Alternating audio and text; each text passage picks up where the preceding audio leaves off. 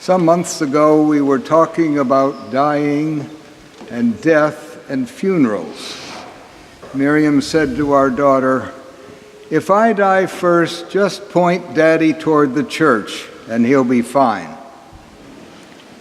Fine is an overstatement, but returning to greater participation at Christ and St. Luke's has been a blessing, not to mention the care and support that Wynne and Sue and so many of you have given me. I am grateful to be able to return. We lived in the Washington, D.C. area for 43 years before moving here. There, when I wore a clerical collar, people would look at me with a facial expression that said, "What kind of weirdo is that?" When we moved down here, it was different. Most people smile. Many say hello. I like that, it's friendly. However, a surprising number say, "Reverend, I believe in God." That stumps me. I don't know what they're saying, and I don't know what to say to them. So I smile and nod because that's the polite thing to do. But what I really want to say is, you believe in God, so what? What is important is not whether you believe in God, but what kind of God you believe in. What is this God you believe in really like? You see, the word God, at least in the United States, is a generic term. It does not carry particularity except as a different order of being from the creation. The term does not convey the character and activity of God. So the question arises, how do we know what God is like? On what basis do we believe what we do about God, or what He expects of us, or what we can expect of Him? Most people accept that God is in some way different from the created order, that we cannot find Him by human effort, and that if we're to know God, the kind of God God is, God must reveal Himself in some way, in nature, in historical events, in writings, in hymns, in spiritual guides, even by looking within. We Christians believe that God reveals Himself in all those ways, but we believe that God has revealed Himself definitively in a particular person, Jesus of Nazareth, called the Christ. That's the message of the New Testament. Colossians affirms that Jesus is the image of the invisible God. Hebrews refers to Jesus as the exact imprint of God's very being. The Gospel, according to John, says that the Word, which was God, became flesh and lived among us in Jesus. In 1 John, Jesus tells Philip, "Whoever has seen me has seen the Father." This does not mean that God has not revealed Himself elsewhere in other ways and in other religions as well. However, it means that for Christians, Jesus Christ is God's definitive revelation of Himself. Any knowledge of God from other sources that is consistent with what we know about God in Jesus Christ is acceptable to us. Any knowledge of God from other sources that is inconsistent with what we know about God and Jesus Christ is not. Jesus Christ is the lens through whom we see God. It's not that Jesus is like God, it's that God is like Jesus. For this reason, I frequently speak of God not as God, which is a vague, generic term, but as the Christ-like God, to make clear the kind of God I am talking about. This means that we Christians listen to the gospel on two levels. On one level, the gospel is about Jesus of Nazareth, recognized by faith as Jesus the Christ, the Anointed One. On the other level, the gospel is about God, the kind of God God is, the Christ-like God. Think about this morning's gospel. Jesus and his disciples went from the villages of Caesarea Philippi, where Peter confessed him to be the Messiah, and then they passed through Galilee. This was done quietly and without fanfare. Jesus wanted to teach his disciples without interruption. What did he teach them? The same thing he had tried to teach them in Caesarea Philippi, namely, that he, the Son of Man, is to be betrayed into human hands, and they will kill him, and 3 days after being killed, he will rise again.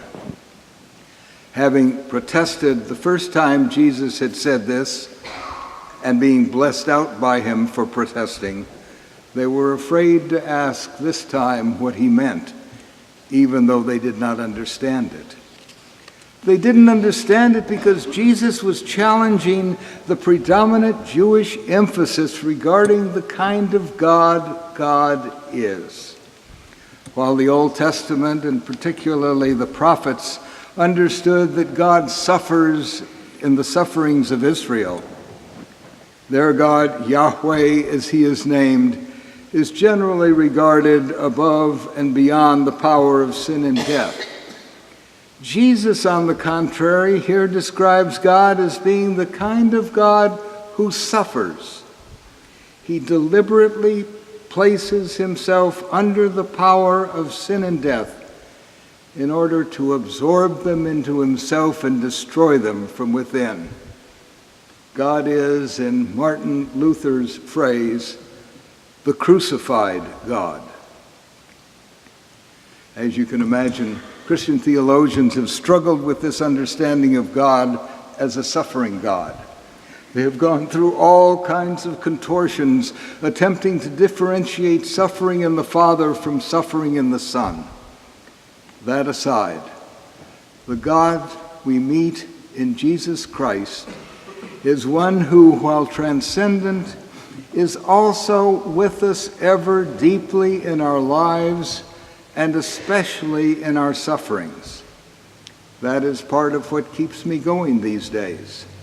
I am not alone in sorrow and suffering. God himself, the Christ-like God, is sharing suffering with me, even within me.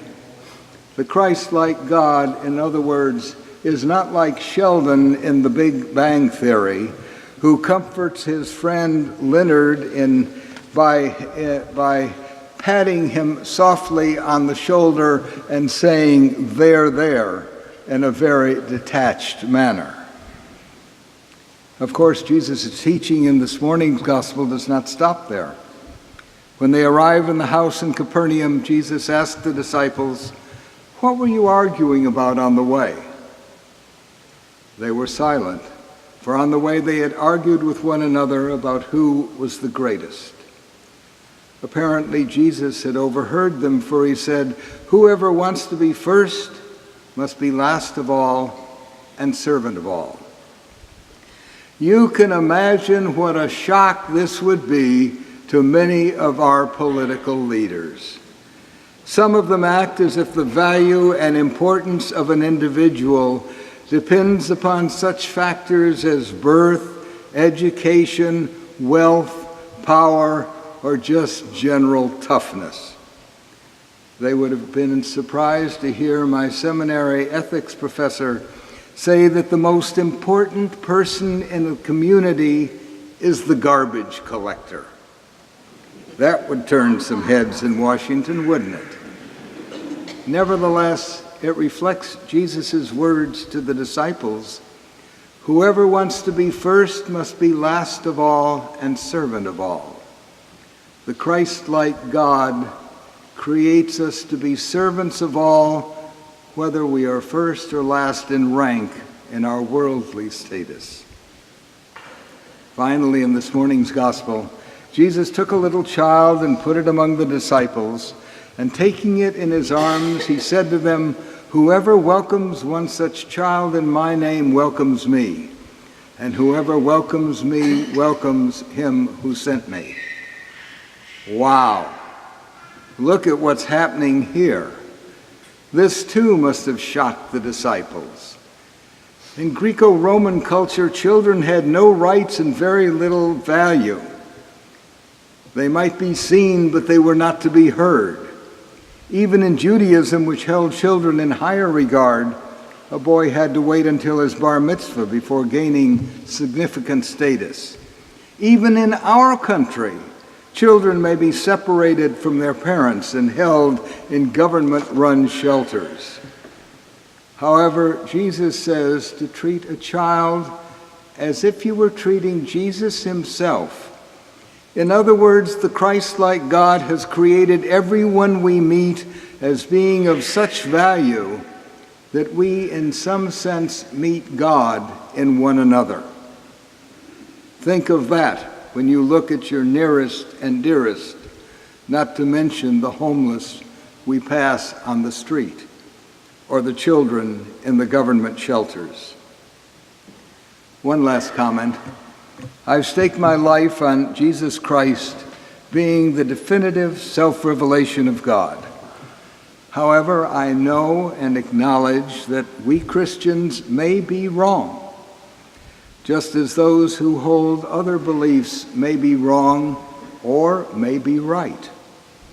In this life, we walk by faith, not by sight. We see through a glass dimly.